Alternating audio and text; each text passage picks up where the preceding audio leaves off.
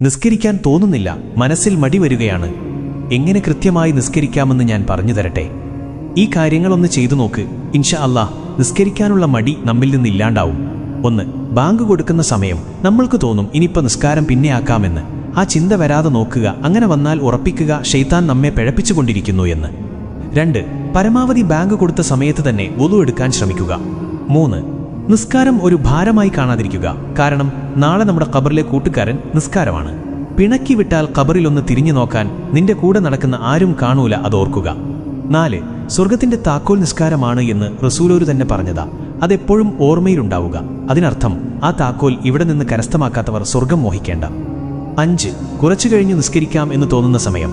ഖബർ, മഹ്ശറ, വിചാരണ ദിവസം, സിറാത്ത്, നരകം, ഈ സ്ഥലത്തൊക്കെ നമ്മൾ ഒറ്റക്കാണ് എന്ന ബോധം എപ്പോഴും മനസ്സിലുണ്ടാവുക.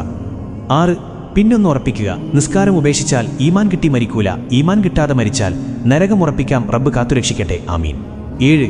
എപ്പോഴും ഓർമ്മയിലുണ്ടാവുക, ഈ വഖത്ത് ഒഴിവാക്കിയാൽ ഒരുപക്ഷെ അടുത്ത വഖത്ത് ഒഴിവാക്കാൻ നീ ഉണ്ടാവില്ല എന്ന്.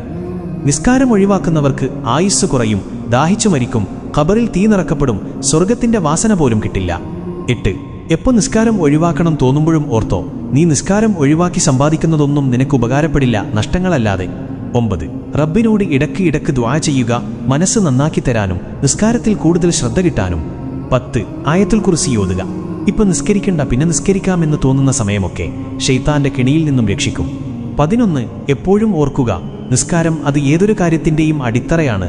ആ അടിത്തറയില്ലെങ്കിൽ ജീവിതം തകിടം മറിയും. 12. ദിവസവും ഒരു 10 വട്ടമെങ്കിലും സ്വലാത്തുൽ ഫാത്തിഹ പതിവാക്കുക. ഇത് മനസ്സിനെ നന്നാക്കും. ഇങ്ങനെയൊന്ന് ചെയ്തു നോക്ക്, ശരിയാവും ഇൻഷാ അല്ലാഹ്. മറ്റുള്ളവർക്കും ഇത് അയച്ചു കൊടുക്കണേ ഹബീബേ. ചിലപ്പോൾ നിങ്ങൾ കാരണം അവരും നന്നായാലോ, നിങ്ങൾക്കും അതിൻ്റെ പ്രതിഫലം കിട്ടില്ലേ? അള്ളാഹു നമ്മുടെ അമലുകളെല്ലാം സ്വീകരിക്കട്ടെ, ആമീൻ യാ റബ്ബൽ ആലമീൻ. അസ്സലാമു അലൈക്കും വറഹ്മത്തുള്ളാഹി വബറകാതുഹു.